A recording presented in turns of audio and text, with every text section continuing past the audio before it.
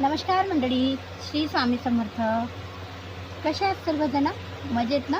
मी पण एकदम मजेत. आज वड्या करणं सुरू आहे आमच्याकडे, म्हणजे आमच्या घरी. मूग वड्या आहेत ह्या. मधात जेव्हा ऊन कमी होतं ना, तेव्हा आमच्या मागं टरबुजाची आणि खरबुजाची घाई सुरू होती. त्याच्यामुळं काही कामं करायला जमले नाही. पापड म्हणजे पापड, शेवड्या, पापडा वगैरे झाला होता करणं, आणि आता वड्या राहिल्या होत्या करायच्या.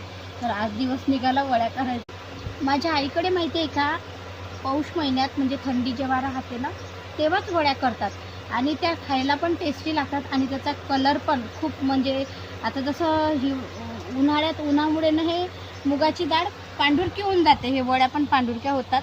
याच्यात फिल्टर लावलेलं आहे म्हणून तुम्हाला थोडं पिवळं दिसत असेल, पण थोड्या पांढुरकी आलेल्या आहेत ह्या वड्या.